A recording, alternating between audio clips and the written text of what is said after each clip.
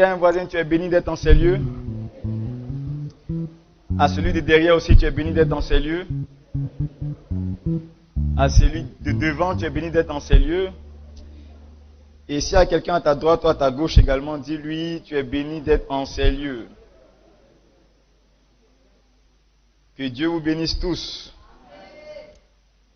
Je suis encore heureux de vous recevoir ce matin. Soyez tous les bienvenus à l'église ABMCI, Alliance Biblique Missionnaire Côte d'Ivoire, l'église où des personnes ordinaires sont transformées en de véritables leaders par l'évangile vrai du Christ. Amen. Et le Seigneur te transformera en un véritable leader. Dis Amen. Amen. Le Seigneur fera de toi un véritable leader. Dis Amen. Amen. Pendant que tu es dans cette église, les graines du leadership sont en train d'être semées en toi. Yes. Frères et sœurs, les graines, les arbres les plus grands et les plus géants ont des semences toutes petites. Et elles prennent du temps à germer. Mais assurément, quand la graine a germé, elle devient un arbre solide et ferme. Et c'est ce que Dieu est en train de faire pour toi. Il t'envoie des petites doses de semences qu'il pose dans ton cœur. Ce sont des semences du leadership qui vont produire d'ici quelques années. Amen. Je veux que tu sois conscient de cela. Dis à ton voisin, regarde-moi bien. Je suis ton prochain leader. Frère, il faut bien regarder ton voisin. Tu ne sais pas la dimension que Dieu a cachée en lui.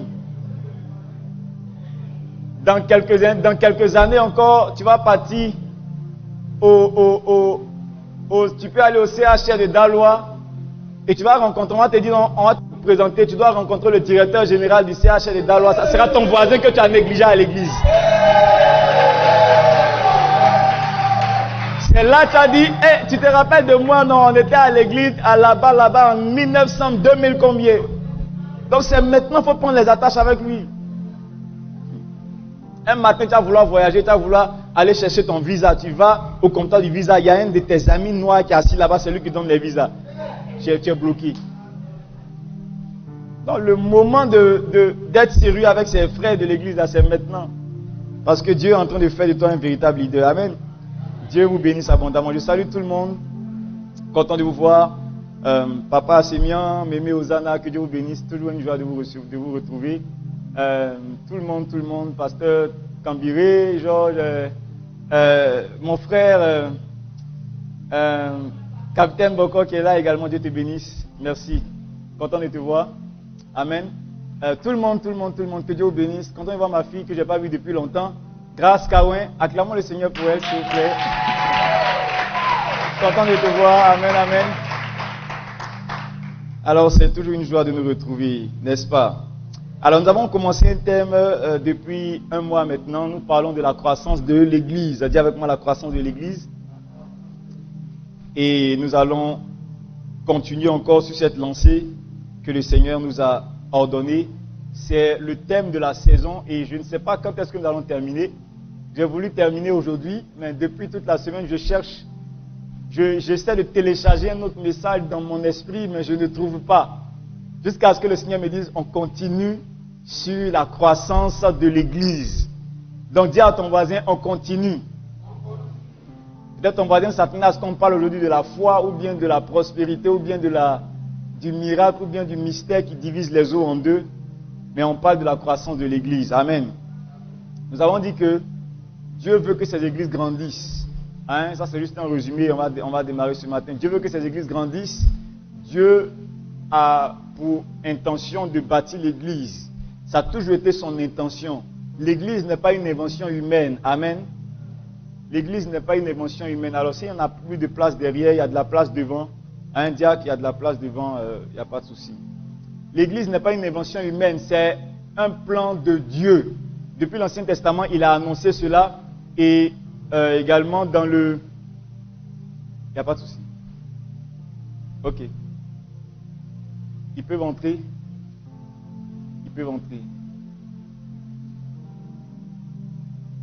Et depuis l'Ancien Testament, Dieu a initié ce plan, ce projet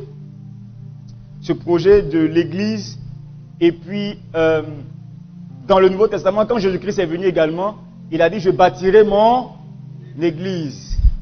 Bon, on va laisser nos maris entrer et puis on va continuer parce qu'il y a trop de mouvements derrière, ça me distrait. On peut acclamer le Seigneur pour nos frères qui viennent. Acclamons le Seigneur pour nos frères. Le couple Conan. Dieu vous bénisse. Prenez place s'il vous plaît. Les témoins également, vous pouvez vous asseoir, il y a de la place pour tout le monde. Témoins, voilà. Il y a une autre place, vous pouvez vous asseoir, il n'y a pas de souci. Amen. Ça veut dire qu'on attend tes chaises. Tu vois que bientôt les anciens, là, vous allez vous asseoir sur le tapis ici. Amen. Alors, avant de continuer, nous voulons saluer le couple Conan qui a fait son entrée. Amen. Hier, j'étais à leur mariage. Nous avons béni le mariage de notre sœur Sonia et son mari, M. Conan. Donc, c'est le couple Conan qui nous visite ce matin. Acclamons encore le Seigneur pour eux. Alléluia. Amen. C'est une bonne chose de se marier. Tu vois comment Sonia, elle brille ce matin là. Ça sont les effets secondaires du mariage. Amen. Ça veut dire que M. Conan, c'est quelqu'un qui sait prendre soin de son épouse. Que Dieu vous bénisse. On aura l'occasion de vous présenter à toute l'église tout à l'heure. Amen. Alors, nous parlons de l'église. Dieu a initié l'église par le prophète. Il a dit, il arrivera à la fin des temps que la montagne de la maison de l'Éternel sera élevée au-dessus des montagnes. Et quand Jésus-Christ vient, il dit à l'apôtre Pierre, je bâtirai mon église. Tu es Pierre et sur cette pierre, je bâtirai mon église. Amen. Donc, ça nous montre que le plan, ou bien l'église n'est pas quelque chose qui a commencé quand Jésus est venu, mais c'était toujours dans le plan de Dieu, bâtir son église. Donc, quand Jésus-Christ est venu, il a initié, il a lancé le plan. Et avant de partir, il a dit aux disciples, allez, faites de toutes les nations des disciples. Faites de toutes les nations des disciples. Donc, il a donné le schéma pour pouvoir faire l'église. Donc, il nous a engagés dans ce projet-là. Et nous avons dit que le projet actuel de Dieu, c'est de bâtir son église. Dieu n'a pas un autre projet. Le but pour lequel il a envoyé Jésus-Christ, c'est pour bâtir l'église. Amen. Et on a dit que lorsqu'un homme bâtit l'église, alors il a de la valeur au cœur de Dieu. Parce que quand quelqu'un met tout son argent, toutes ses ressources dans un projet, les personnes qui ont de la valeur pour lui sont les personnes qui l'aident à accomplir ou à réaliser son projet. Alléluia. Aujourd'hui, là, les hommes qui sont vraiment dans le cœur de notre président, le président Alassane, c'est les gens qui l'aident à maintenir son régime et à accomplir ses plans. Si tu ne l'aides pas à accomplir ses plans, tu n'as pas de valeur pour lui. Amen. Tu es ivoirien, il te respecte. Il te respecte juste pour ta nationalité. Mais après ça, là, il veut dire les gros trucs, là, c'est pas pour toi. Amen. C'est naturel. Donc, on a vu également que quand un homme bâtit l'église avec Jésus-Christ, quand un homme est dans le projet de bâtir l'église, Jésus s'identifie en lui. L'apôtre Paul a dit, Jésus-Christ a dit à l'apôtre Paul, Paul, pourquoi tu me persécutes? Paul dit, Seigneur, je ne t'ai jamais persécuté. Qui es-tu? Il dit, je suis Jésus que tu persécutes. Alors que l'apôtre Paul était en train de persécuter les apôtres, ceux qui travaillaient pour le compte de Jésus, ceux qui étaient en train de bâtir l'église. Donc quand Jésus se révèle à Paul, il ne dit pas non, tu es en train de persécuter mes apôtres, il dit tu me persécutes. Donc lorsque tu touches quelqu'un qui est en train de travailler pour rassembler l'église, tu touches automatiquement à Jésus et à Dieu. C'est pourquoi j'ai dit, quand tu es en train de bâtir l'église, tu dois te considérer comme Jésus sur terre. Quand je dis ça, certaines personnes disent, ah, pasteur, c'est un peu trop prétentieux. Non, ce n'est pas un peu de prétentieux. Ce n'est pas moi, j'ai dit. Je n'ai pas inventé. Il dit, je suis Jésus que tu persécutes. Amen ou amen pas? Amen. Yes. Demande à ton voisin, es-tu Jésus? Amen. Donc quand tu bâtis l'église, voilà les avantages. Et on a donné quelques éléments. Pourquoi l'église doit grandir? On a cité pas mal d'éléments. Et après, la semaine dernière, on a vu la croissance de l'église et la diligence. N'est-ce pas? Bon, on a vu tellement de choses que... Allez sur la page Facebook de l'église. Vous allez retrouver tous les messages. Les messages sont enregistrés. Je pense que ça peut te faire vraiment du bien. Donc, va sur la page Facebook, Église ABMC Mission d'Alois. Tous les messages sont là-bas. Ou bien tu vas sur YouTube, Pasteur Israël de Kofo.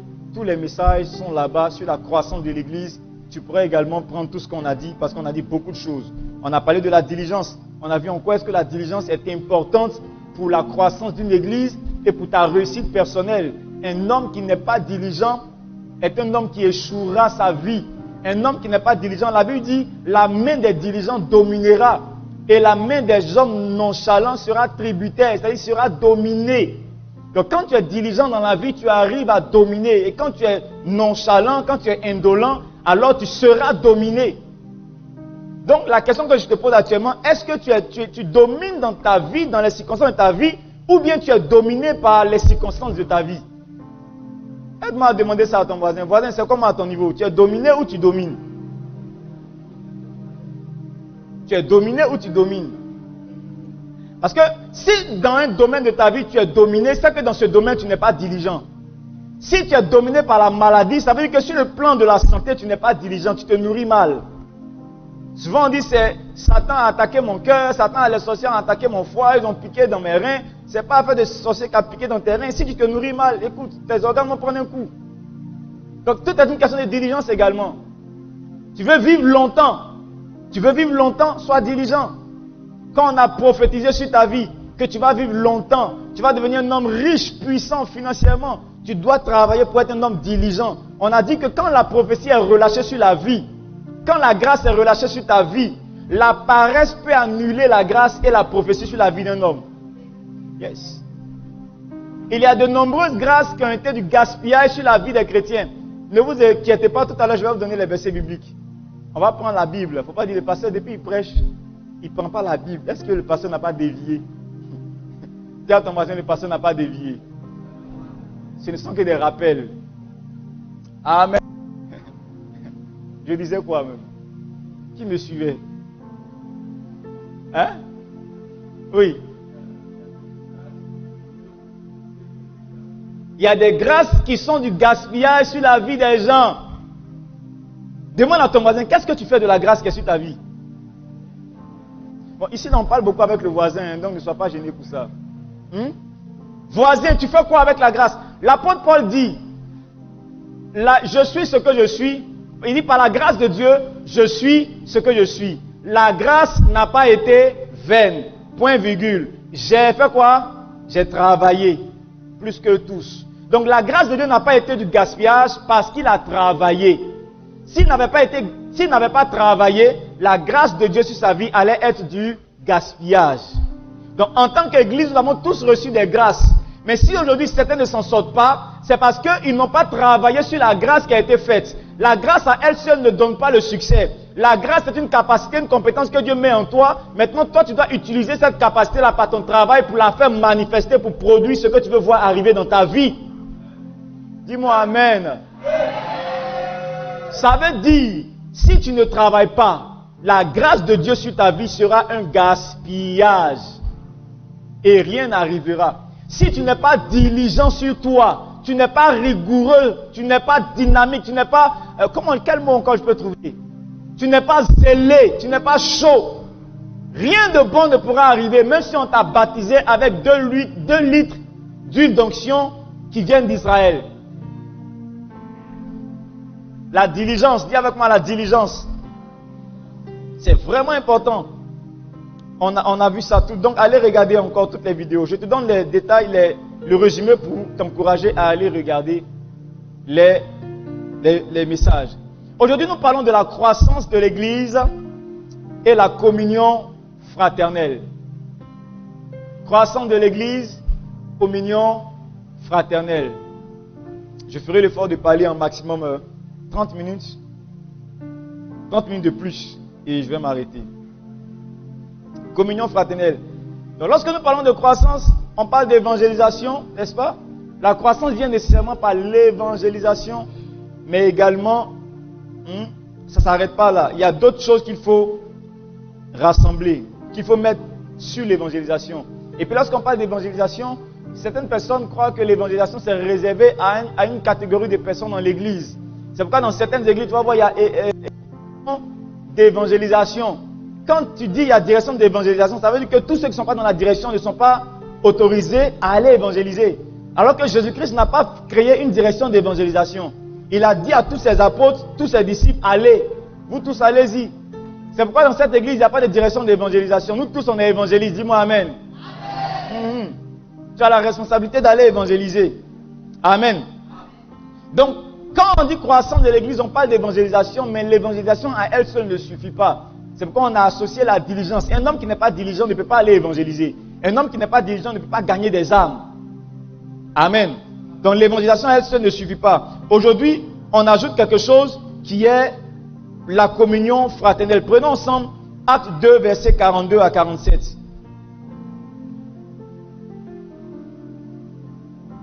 Acte 2, versets 42 à 47. Acte 2, versets 42 à 47. Acte 2, 42 à 47. Si tu l'as trouvé, tu peux te tenir debout. Si tu n'as pas les Bibles également, ce n'est pas grave. Tu peux suivre sur nos écrans. Acte 2, verset 42.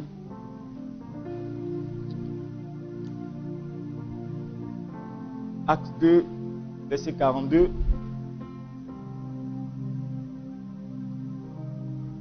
Acte 2, verset 42. Oui. Il persévérait dans l'enseignement des apôtres, Oui. dans la communion fraternelle, Il persévérait, dis avec moi, persévérer persévérer dans l'enseignement des apôtres dans l'enseignement des apôtres et dans la communion fraternelle. et dans la communion fraternelle, Continue. dans la fraction du pain Oui. et dans la prière. Oui. La crainte s'emparait de chacun Mhm. et il se faisait beaucoup de prodiges et de miracles par les apôtres. Oui. Tous ceux qui croyaient étaient dans le même lieu. Tous ceux qui croyaient étaient dans le même lieu. Ça veut dire que si tu dis que tu crois et que tu n'es pas dans le même lieu avec nous, je doute de ce en quoi tu crois. Tous ceux qui croyaient en qui? En qui? En Jésus, se rassemblaient dans le Même lieu. même lieu. Ça veut dire que quand les gens ont une croyance commune, ils ont tendance à se rassembler dans un même lieu. Donc quand toi tu dis que tu crois en Jésus, mais tu n'es pas dans le lieu où se rassemblent ceux qui croient en Jésus, j'ai le droit de douter de ta croyance. Parce que ceux qui croient au football se rassemblent où ça? Au terrain. Ceux qui croient en la bière et au vin se rassemblent où? Au maquis. Ceux qui croient hein? Il y a quoi encore? Hein? Si tu crois en Jésus, tu dois te retrouver où? Demande à ton voisin, est-ce que tu viens toujours à l'église? Continue. Et ils avaient tout en commun. Tous ceux qui croyaient étaient dans le même lieu et ils avaient Tout en commun. tout en commun. Continuons. Ils vendaient leurs propriétés et Mhm. leurs biens Mhm. et ils en partageaient le produit entre tous Mhm. selon les besoins de chacun. Oui. Ils étaient chaque jour tous ensemble, Mhm. assidus au temple. Ils étaient tous ensemble assidus au temple. Oui. Ils rompaient le pain dans Mhm. les maisons Mhm. et prenaient leur nourriture avec joie et simplicité de cœur, Joie et simplicité de cœur. Oui. louant Dieu Mhm. et trouvant grâce auprès de tout le peuple. Mhm. Et le Seigneur ajoutait chaque jour à l'église ceux qui étaient sauvés. Amen.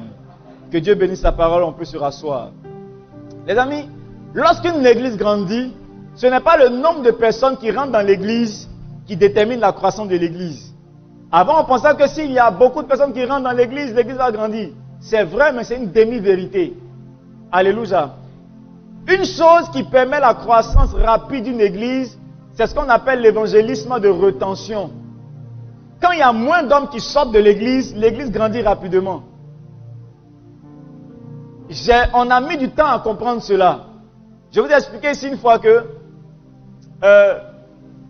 dans les siècles passés, il y avait beaucoup de morts et on a constaté la croissance de la population mondiale dès l'instant où la médecine a découvert des remèdes pour certaines maladies, comme le paludisme, la tuberculose, la peste, des maladies qui tuaient beaucoup de personnes. Quand la médecine a découvert ces remèdes-là, la population mondiale a commencé à croître. Pas parce qu'il y a eu plus de naissances, mais parce qu'il y a eu moins de morts. Quand il y a moins de morts, il y a croissance automatiquement. C'est pareil avec l'église. Quand il y a moins d'hommes qui sortent de l'église, on constate une croissance.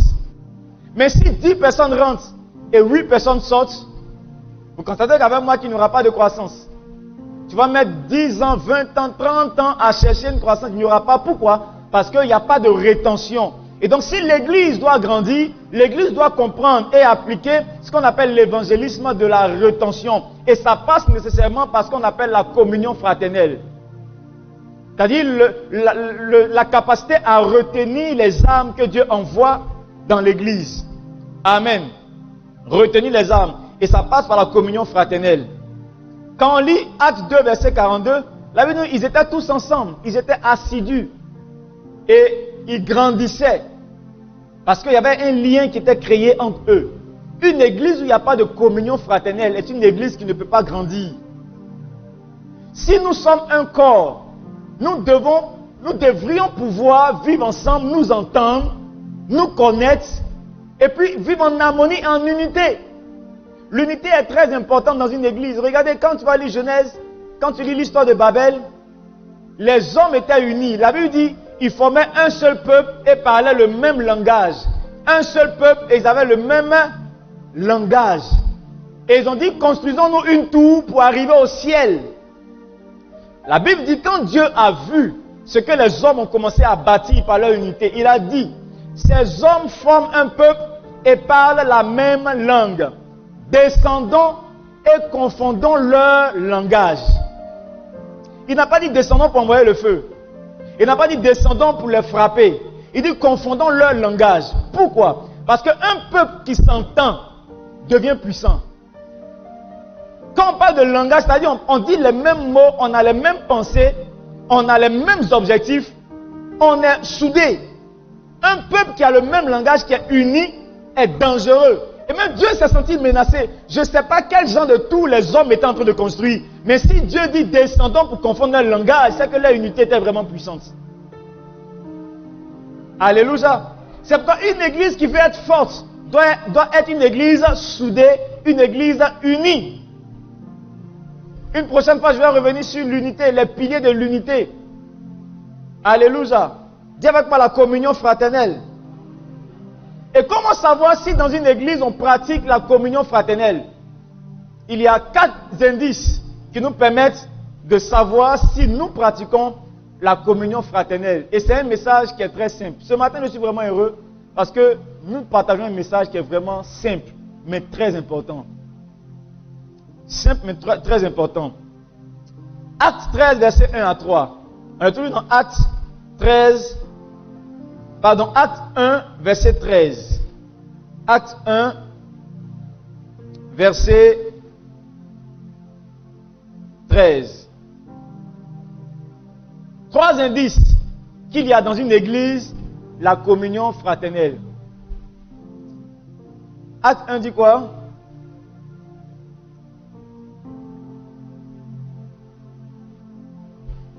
Quand il fut arrivé, il montait dans la chambre haute où il se tenait d'ordinaire. Donc ils avaient l'habitude d'aller là-bas. Comme on a l'habitude de venir à l'église. C'était Pierre, Jean, Jacques, André, Philippe, Thomas, Barthélemy, Matthieu, Jacques, fils d'Alphée, Simon les Zélotes et Jude, fils de Jacques. Vous savez, quand je lis ce passage, je me rends compte que l'auteur de ce livre-là, il fait quelque chose qui semble inaperçu, mais il est en train de citer le nom de ceux avec qui ils étaient. Le premier indice que dans une église, il y a la communion fraternelle. Le premier indice, est-ce que tu connais le nom de ton voisin?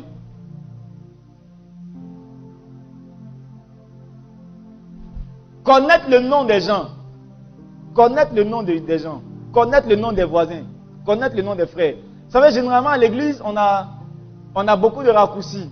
On dit nous nous aimons en Jésus. Nous sommes une famille en Jésus. Mais en réalité, famille en Jésus, tu ne connais même pas le nom de ton frère. Dans l'église. On s'aime, on se soutient, mais tu ne connais pas le nom de ton frère. Connaître le nom de quelqu'un, c'est un signe d'attention que tu as vis-à-vis de la personne et un signe que tu aimes véritablement la personne, que tu prêtes attention à la personne. Ça semble être simple, mais c'est essentiel dans une église. Dans l'église, tout le monde s'appelle frère et sœur. Mon frère, ma sœur. Tout le monde est frère et sœur. Donc on se cache derrière cela pour ne pas demander le nom des gens. Regarde, les personnes les plus importantes pour toi, tu retiens facilement leur nom, vrai ou faux? Hein? C'est vrai. Les personnes qui tiennent à ton cœur, ceux qui ont vraiment de l'importance pour toi, quand il t'a dit son nom une fois, tu retiens. Pas parce que tu voulais retenir, hein, mais tu te forces à ne pas oublier son nom. Parce que tu sais que c'est important pour toi d'avoir son nom. Donc quand tu viens dans l'église également, et que tu dis que nous sommes une famille, alors tu dois connaître le nom de ton frère. C'est la preuve que tu l'aimes. Tu dois connaître le nom de certaines personnes. Même si nous sommes dans une église de 1000 personnes, mais tu as une tribu, tu as une famille. Dans ta famille, tu dois au moins connaître le nom des gens. Généralement, les gens, la plupart des hommes, bon, pas la plupart, certaines personnes n'aiment pas les grandes églises. Pourquoi? Parce qu'ils se disent qu'une église où il y a trop de personnes, on ne se connaît pas. Les gens aiment les petites églises de 10 personnes, 15, 20 personnes. Là, quand on finit le culte comme ça, je connais tout le monde. Je connais Tanti X, tonton L, tonton va me prendre dans sa voiture, l'autre Tanti va me faire manger, et puis l'autre Tanti va me donner une robe, et on se connaît entre nous. Donc ils aiment ça. Mais quand l'église commence à grandir, certaines personnes ne sont plus à l'aise. Pourquoi? Parce que on commence à ne plus se reconnaître. Alors, une des choses qui fait que même quand l'église grandit, on se sent en famille, c'est diviser l'église en petits groupes. Et quand l'église est divisée en petits groupes, notre responsabilité, c'est de tout faire pour au moins connaître le nom des membres de notre groupe. C'est simplement cela. Simplement cela. Alors, pendant que je parle, je vais te demander si tu connais le nom de tes 4 voisins qui sont autour de toi.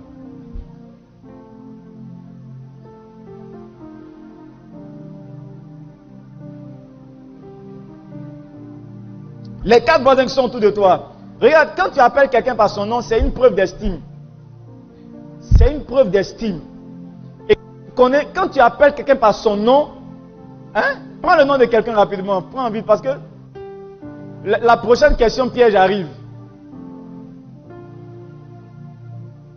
Quand tu connais le nom de quelqu'un, c'est une preuve que tu estimes la personne.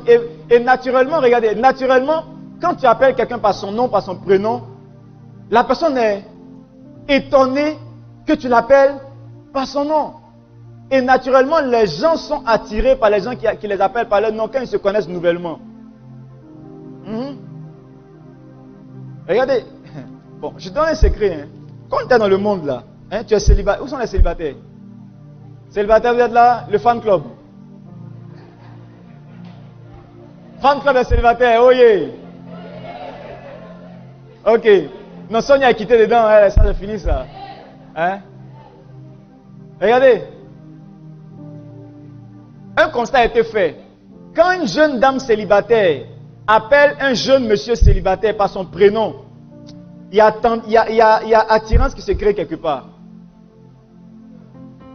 Je donne ce secret-là. Hein? C'est-à-dire, on ne se connaît pas. Ou bien on s'est vu peut-être une seule fois. Et puis, la prochaine fois qu'on se voit, je t'appelle par ton nom. J'ai dit par exemple, Georges. Hé Georges, comment tu vas? Que Dieu te bénisse. Le fait que j'ai dit Georges, ton nom, ça attire l'attention.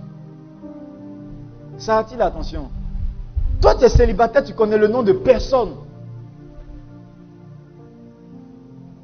Tu appelles mon frère, ma soeur, mon frère. Continue à appeler tout le monde mon frère, ma soeur. Quand tu dis le nom de quelqu'un, ça... Regardez, même moi en tant que leader, je travaille pour bosser le nom des gens. Parce que je suis conscient que quand tu appelles quelqu'un que tu as rencontré la première fois par son nom, ça veut dire que tu as eu vraiment d'estime pour la personne, tu as tout fait pour retenir son nom. Et automatiquement, la personne également s'intéresse à toi. Parce qu'elle se dit, si tu as retenu mon nom, c'est que tu t'intéresses à moi. C'est ce qu'on appelle le quotient relationnel. Une prochaine fois, on va en parler.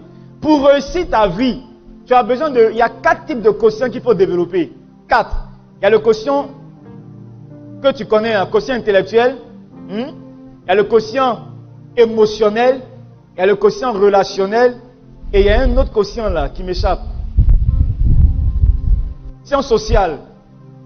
Quotient intellectuel. Quotient relationnel. Quotient émotionnel. Quotient social. Si tu n'as pas développé ces 4 différents quotients là, il te sera difficile de réussir ta vie. La plupart des gens qui ont un boulot, les amis, la plupart des choses que tu auras dans ta vie va venir par le biais de quelqu'un. Ceux qui connaissent beaucoup de personnes facilement obtiennent facilement beaucoup de choses à cause de leurs relations. Parce qu'ils savent se faire des relations. Le quotient relationnel, c'est la capacité à te faire des amis et des relations facilement. Celui qui a du mal à se faire des amis facilement, sa vie sera difficile. il va devoir payer tout ce dont il a besoin. Il va tout payer.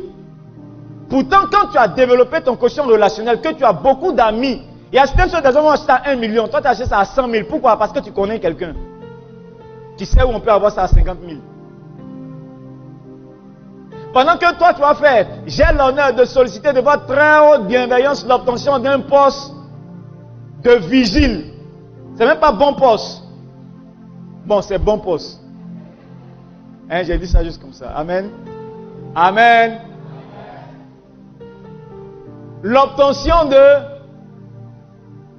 chef de service. Toi, tu as fait le courrier, tu as déposé. La secrétaire même n'a jamais déposé le courrier là-bas. Et tu es en train de prier, Seigneur, Seigneur, Seigneur, fais quelque chose, Seigneur, interviens. Il y a quelqu'un, il n'a même pas prié, il n'a même pas fait de lettre. Il connaît quelqu'un, celui qui embauche dans l'entreprise. Parce qu'il sait se faire des amis. Partout où il va, il prend le numéro des gens.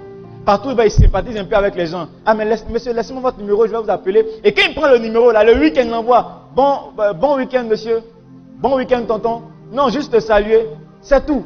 Juste pour garder le contact, parce qu'on ne sait jamais, un jour, je peux avoir besoin de la personne. Il faut demander à ton dans ton répertoire, là, il y a le numéro de qui?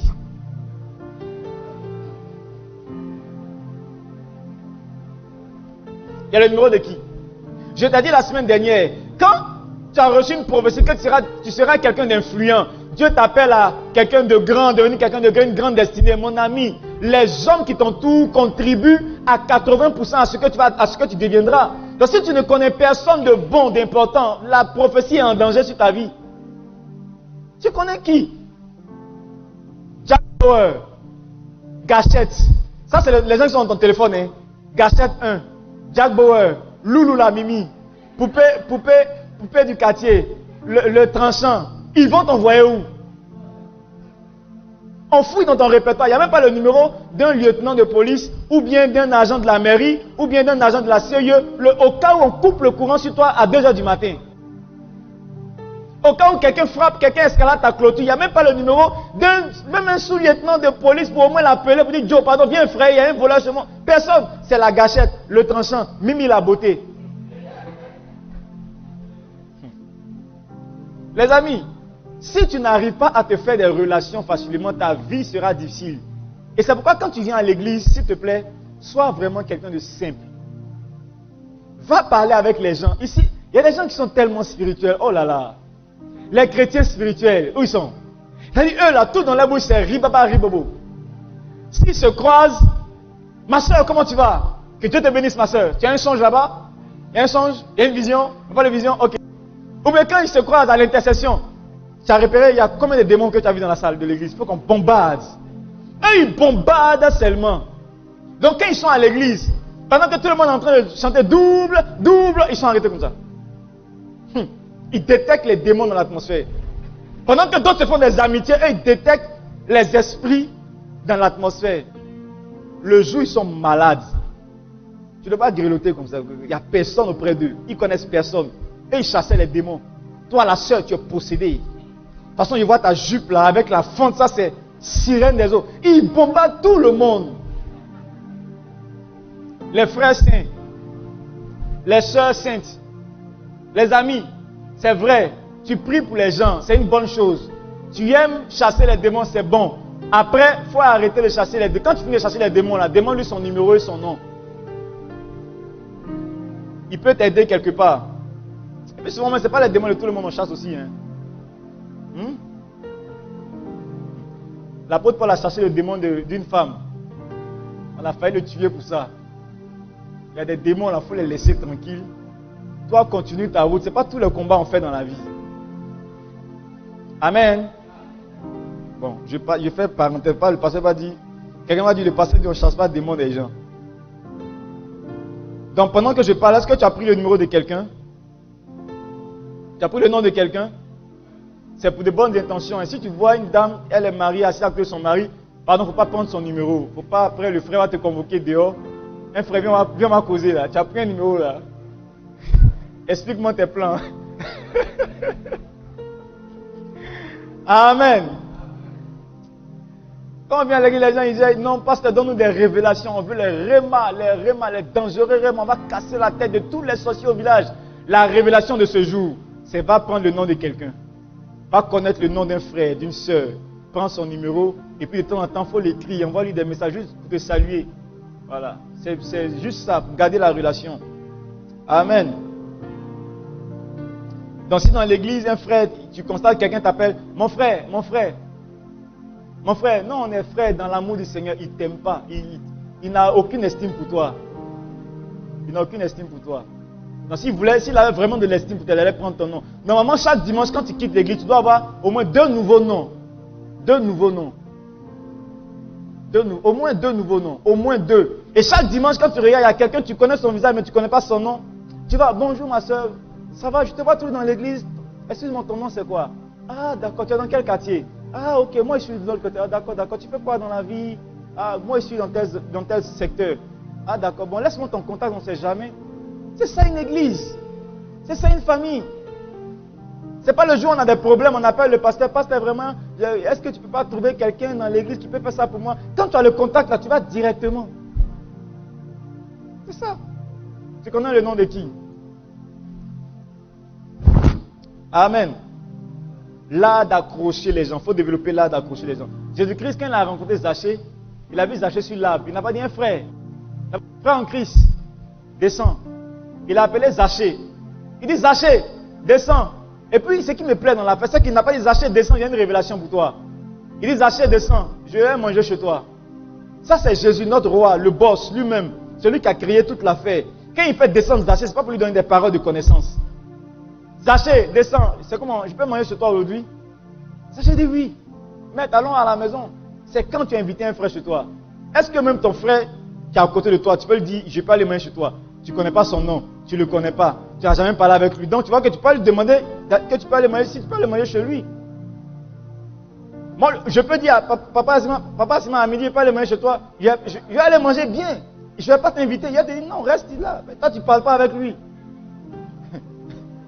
Je peux aller chez quelqu'un, chez plusieurs personnes pour manger parce qu'on se connaît. Donc, il ne faut pas vouloir être, tu vois, il faut être simple. Amen. Dis à quelqu'un, sois simple. Habille-toi bien et puis sois simple. Voilà. Puisque l'homme regarde à l'apparence, donc soigne ton apparence, mais sois simple. Amen. Ça, c'est le premier indice que dans une église, on a la communion fraternelle. La communion fraternelle. Et tu vois, si tu ne t'intéresses pas aux gens, Dieu également aura du mal. Tu auras du mal même à avoir de l'exaucement à tes prières. Pourquoi? Parce que Dieu n'exauce pas les égoïstes. Quelqu'un qui a du mal à être exaucé à l'église, c'est quelqu'un qui est retourné sur lui-même. Quand il rentre à l'église, là, c'est lui seul. Il ne parle pas avec quelqu'un. Il est venu chercher l'exaucement à ses prières. Donc, il ne faut pas me déranger avec cette histoire de non, ton nom. Tu vois pourquoi mon nom? C'est la raison pour laquelle Dieu ne va pas t'exaucer également. Les gens que Dieu bénit sont les gens qui ont levé leur regard sur eux, qui ont commencé à s'intéresser aux autres, aux membres, aux frères. Comment je peux faire pour garder telle soeur à l'église? Comment je peux faire pour rendre visite à tel frère? Qu'est-ce qu'on peut faire pour rendre la famille plus heureuse, la tribu plus heureuse? Qui est dans une tribu dans l'église? Qui n'est pas dans une tribu? Tu n'es pas dans une tribu. Tu n'appartiens à aucun groupe de l'église. Il y a des groupes. Oui, il n'y a pas les nouvelles personnes, ceux qui étaient là la semaine dernière. Mais tu es dans l'église depuis 3 mois. Et tu n'es pas dans un groupe, dans une famille. Ok, je renverse la question. Qui est dans une famille de l'église? Ok, famille Josué. Famille Josué. Ok, famille David. Boaz. Ok. Donc, vous voyez, il y a des gens là, ils sont dans les tribus, en même temps ils ne sont pas dans les tribus. Ça, à part nos invités, hein, à part les nouveaux, mais il y a des anciens, ils sont dans la tribu, en même temps ils ne sont pas dans la tribu, parce qu'il y a des problèmes. Alors qu'ils sont anciens dans l'église. C'est important d'appartenir à un groupe de l'église. C'est véritablement important. Il y a de bonnes choses qui se passent là-bas. Amen. Très bonnes choses qui se passent en famille. Dans Jean 10, le Seigneur dit, il appelle ses brebis par leur nom. J'appelle mes brebis par leur nom. Donc désormais, ton exercice, c'est commencer à appeler tes frères et tes sœurs par leur nom. Amen, amen. Deuxième indice de la communion fraternelle, c'est le temps qu'on passe ensemble, surtout à l'église. Le temps qu'on passe ensemble à l'église. La Bible dit, il persévérait dans l'enseignement des apôtres. Il persévérait dans l'enseignement. Il prenait du temps dans l'enseignement des apôtres. Le temps que tu passes à l'église détermine ton niveau de communion fraternelle.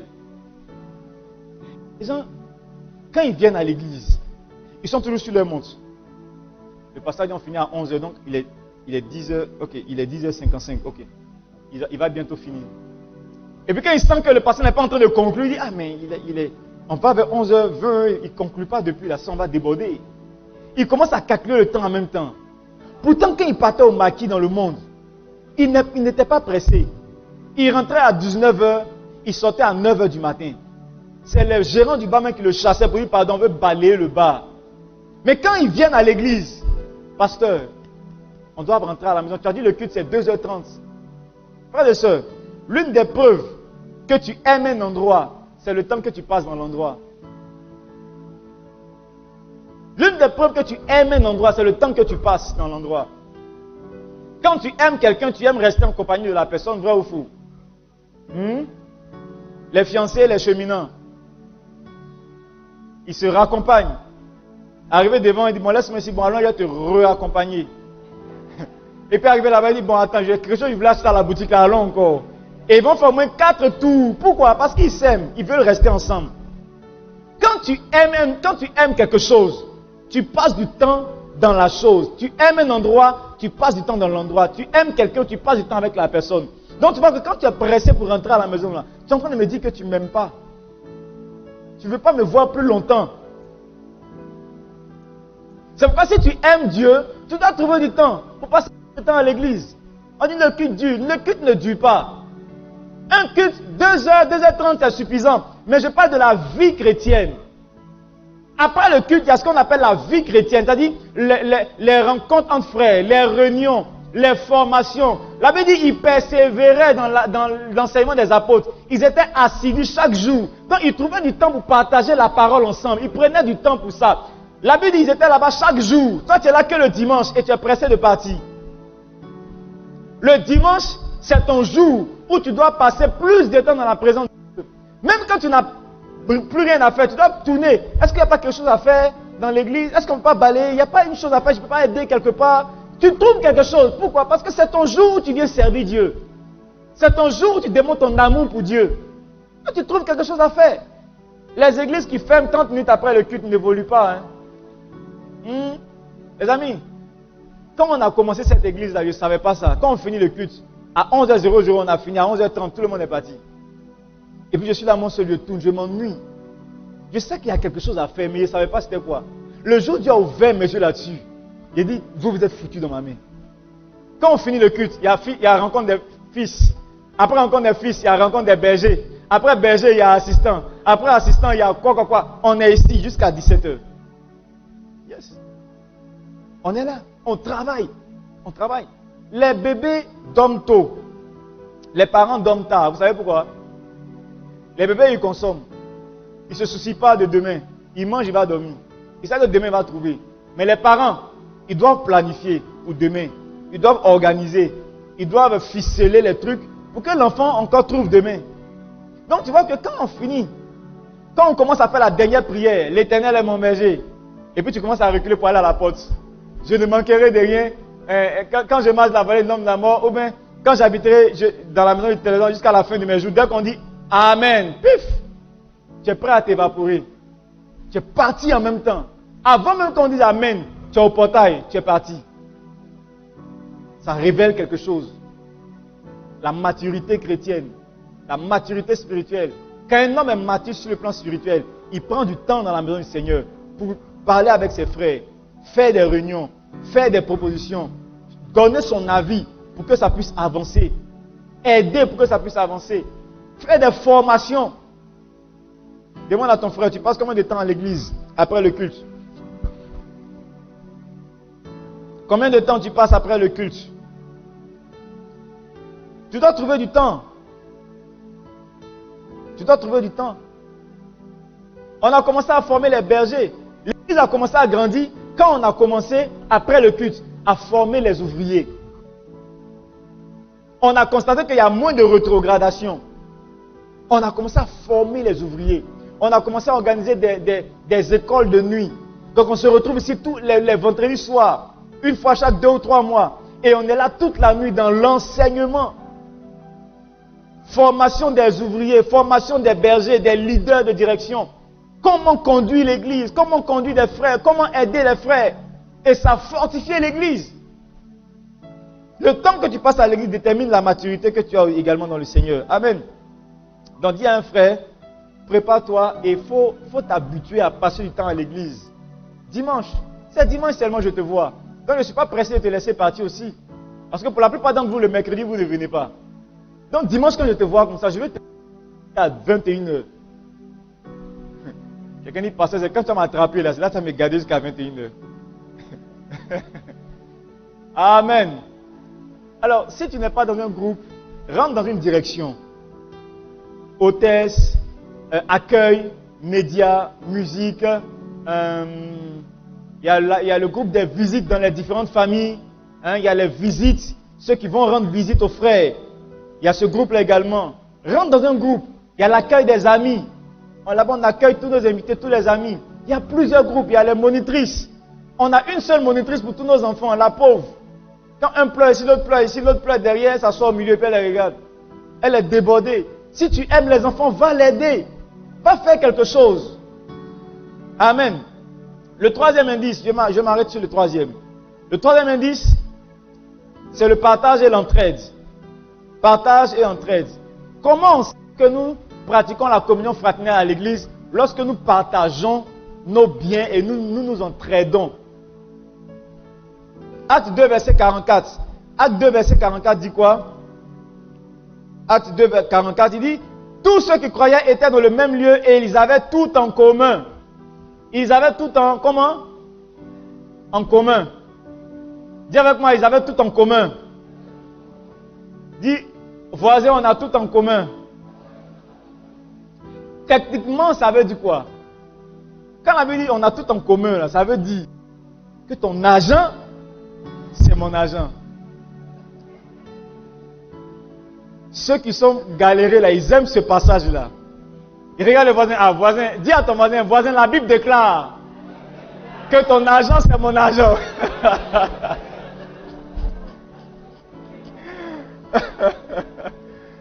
Yeah. Ils avaient tout en commun. Alléluia. Ceux qui s'en sortent un peu dans la vie n'aiment pas trop ce passage. Non, parce que comment ça, on a tout en commun? Faut bien expliquer la partie. Quand la Bible dit qu'ils avaient tout en commun, l'objectif c'était quoi? Qu'il n'y ait pas d'indigents. L'objectif c'est qu'il n'y ait pas d'indigents. Comme ça, la Bible dit ils avaient tout en commun, ils vendaient leurs propriétés et ils partageaient les produits eux selon le besoin de chacun. Selon le besoin de chacun, de sorte qu'il n'y ait pas d'indigents. Le Seigneur dit il n'y aura pas d'indigents parmi vous. Il n'y aura pas de pauvres parmi vous. C'était ça l'objectif. L'objectif c'était pas de partager parce qu'on a envie de partager. Mais c'est partager de sorte à ce qu'il n'y ait plus de pauvres et d'indigents. Donc si nous voulons appliquer ce passage de nos jours, je ne vais pas dire à quelqu'un, à mon frère Conan, de vider son compte en banque pour venir partager aux gens de l'église. On m'a dit, ouais, toi tu es le chef de la communion fraternelle. Non. Ce que la Bible nous demande de faire, c'est aider nos frères et nos sœurs de sorte que parmi nous, il n'y ait pas de pauvres. Maintenant, la meilleure manière d'aider un pauvre, ce n'est pas de lui donner de l'argent. Dis Amen.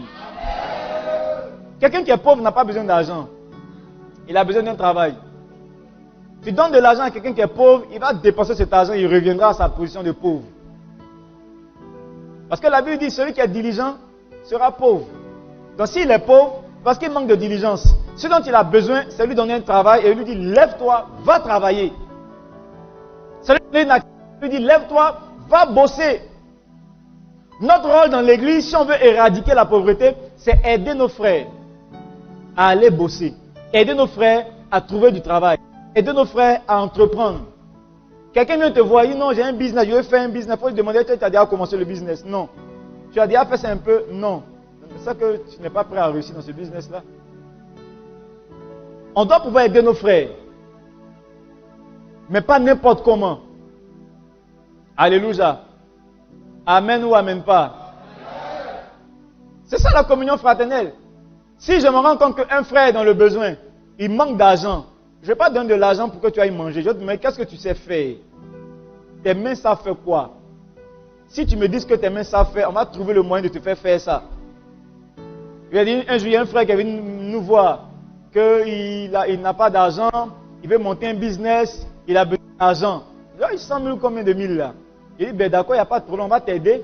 Mais voilà la manière dont on va t'aider. Va voir tel frère, il a un commerce quelque part. Tu vas travailler avec lui, il va te payer 1000 francs chaque jour. Il va te payer 1500 chaque jour.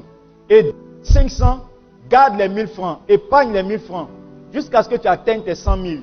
Et puis tu vas commencer ton propre business. Il dit, d'accord, pasteur, j'ai compris. Il n'est jamais en lit. Il croyait qu'il avait en face de lui un novice. Tu ne donnes pas l'argent facilement comme ça aux gens. Pas que je suis méchant, mais les hommes n'aiment pas travailler. Ils cherchent juste de l'argent pour manger, s'asseoir, aller arnaquer quelqu'un d'autre. Donc la Bible nous recommande d'aider nos frères. Si tu as un projet, envoie le projet. On va te dire comment tu vas faire pour trouver les finances pour financer ton propre projet. Amen, amen. Une autre manière d'aider nos frères, c'est de faire le commerce avec eux. C'est-à-dire, si dans l'église, j'ai ma soeur qui est coiffeuse, toute l'église va se coiffer chez elle. Arrête de mettre ta tête sous, ou bien ta tête dans les mains, sous les mains des gens qui ne connaissent pas le Seigneur. Et tu vas leur donner ton argent, elles vont prendre ton argent pour aller construire une mosquée. Donc quand il y a des coiffeurs dans l'église, toutes les sœurs de l'église vont se faire coiffer chez notre sœur. Et la dîme va ramener la dîme à l'église. Quand tu es en train d'enrichir une des sœurs, en réalité tu es en train d'enrichir le royaume des cieux. Quand tu as ton frère qui est dans la restauration, et qu'avec tes collègues tu descends à midi, tu veux manger, dis je connais un monsieur, il fait ça très bien. Tu prends tous tes collègues, vous allez chez le frère, dans son restaurant, vous mangez là-bas, vous payez. Et là-bas, là, il ne faut pas demander cadeau. Et tu dis, on aime cadeau. Quand on va, on croise nos frères en Christ, Dieu, toi, tu es mon frère, hein, donc normalement, il faut me faire à moitié prix. Non. Quand c'est ton frère, mais tu dois lui laisser un pourboire. Parce que s'il te fait cadeau, son entreprise va tomber. Et va devenir pauvre. Alors qu'à l'église, on va travailler pour ne pas appauvrir, pour ne pas connaître des pauvres dans l'église. Quand tu vas chez ton frère aussi, tu peux lui dire, bon, garde la monnaie. Parce que tu sais que dans tous les cas, ça va revenir comme dîme à l'église. Amen. Ceux qui n'aiment pas travailler n'ont pas applaudi. Et pasteur, tantôt les mains stables à checker. Alléluia. S'il y a des couturières, va chez la couturière de l'église. C'est pourquoi il est important de vous faire recenser, de vous faire connaître dans l'église. Il faut parler avec les gens. Parle avec les gens. Si tu es maçon, là, tout ce bâtiment-là, c'est des gens qui ont pris notre argent pour aller construire une mosquée. Confier le début de même la clôture, il y a des jeunes qui disent qu'ils sont chrétiens. La clôture, ils ont fait ici, là. Bon, nous aussi, c'est notre problème qui est là. Regarde, quand tu es chrétien, que tu lances une activité, débrouille-toi pour être bon dans ton domaine. Pas professionnel. On t'envoie des vêtements, les coutures, là, fais ça droit. Pas des coutures, c'est tordu, ça sort, ça rentre ici, ça sort. Si un tissu blanc, tu couds en rouge. Les finitions sont mauvaises. Quand on voit ce résultat-là, on n'est pas encouragé à aller vers toi. Alors qu'on doit aller vers toi pour t'enrichir, pour que tu puisses enrichir le royaume. Donc, chacun a sa part de responsabilité dans l'affaire. La toiture, on a donné ça à des gens. Ils sont allés construire une mosquée avec. Tout n'est pas fait. Est-ce qu'il y a des maçons dans l'église? Tu es dans l'église, tu ne fais pas rien. Va apprendre la maçonnerie. Prendre la menuiserie. Le gouvernement a lancé un système de formation, je crois, formation au métier, quoi. Va à la direction de la jeunesse, ils vont te donner des informations. Tu vas te faire former un métier dans la mécanique. Il y a des voitures, il y a des motos, apprends à les réparer. Le jour où quelqu'un a un problème, on ne va pas appeler un Suleiman quelque part. C'est toi, on va appeler pour venir régler le problème. Voilà comment on a tout en commun. Voilà en quoi est-ce que mon argent t'appartient. Parce que le jour où j'ai un besoin, c'est chez toi, je vais aller prendre c'est chez toi, je vais aller acheter.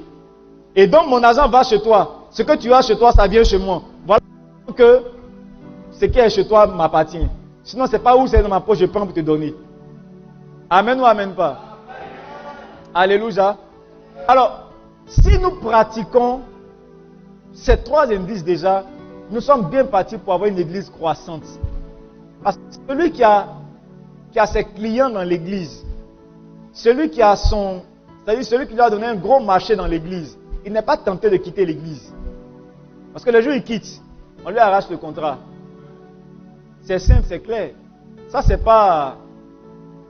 Je connais une dame qui travaillait à l'église catholique, qui travaillait dans une école catholique, et elle priait aux catholiques. Quand ma mère l'a évangélisée, le jour où elle a donné sa vie au Seigneur, elle a commencé à la suivre à l'église, renvoyée de son travail. Sans préavis. Son travail était lié à son siège à l'église. Il y a des gens même qui ne peuvent même pas venir dans cette église. Une fois, j'ai rencontré un papa qui m'a dit, vraiment, pasteur, l'église ABMC est dans mon cœur. Mais je travaille dans une école qui appartient à telle église. Si je quitte là-bas pour venir faire mon boulot, alors que ma femme, mes enfants, on n'a pas autre chose, c'est moi qui le fournir aux besoins de la maison. Donc, je suis avec toi de tout mon cœur. Les jours où tu as un besoin, il faut m'appeler. Je suis avec toi. Mais manquer les cultes, je ne peux pas. Donc, tu vois que quand on travaille entre nous, ça aide à stabiliser également l'église et à faire grandir l'église. Amen. Nous allons prier. Je vais m'arrêter là. Si on arrive à appliquer, vous voyez, ces quelques indices là, naturellement, nos églises vont devenir influentes et fortes. Nos églises deviendront influentes et plus fortes. Parce qu'on trouvera tout le monde à l'église. Tu as un problème, tu pourras appeler un frère. Tu as un marché, tu vas le confier à un frère. L'église deviendra soudée, unie, un seul homme. On parlera d'une seule voix. Et naturellement, quand nous sommes unis, nous parlons le même langage, la grâce de Dieu descend. Le miraculeux devient le partage de l'église. Il y a des sujets pour lesquels on ne prie plus. Quand l'église grandit, quand on s'entend comme ça, il y a des sujets pour lesquels on ne prie plus. Il y a des hommes qui deviennent l'exaucement des prières. Ils sont assis. C'est l'exaucement qui est assis. Tu n'as qu'à le téléphoner et les 21 jours de jeûne sont arrêtés au 3e jour. Parce que l'homme est là et tu le connais. Amen. Prions, que Dieu nous aide. Prions ensemble. Que Dieu nous aide à véritablement développer la communion fraternelle. Que Dieu nous aide à avoir un amour particulier pour nos frères, pour nos sœurs. Un amour particulier pour les choses de Dieu. Que nous puissions prendre le temps dans les choses de Dieu. Que nous ne soyons pas distraits par les choses du monde. Distraits par les distractions du monde, les activités qui n'ont rien à voir avec les choses de Dieu. Mais que Dieu nous aide de véritablement développer un amour dans sa présence. Prions le Seigneur. Communion fraternelle, l'amour des frères, l'amour des sœurs, l'amour de la famille, l'amour de l'Église. Merci infiniment notre Père. Alors que nous prions, Seigneur, ce matin, tu nous accordes un cœur qui est plein d'amour pour nos frères, un cœur qui est plein d'amour.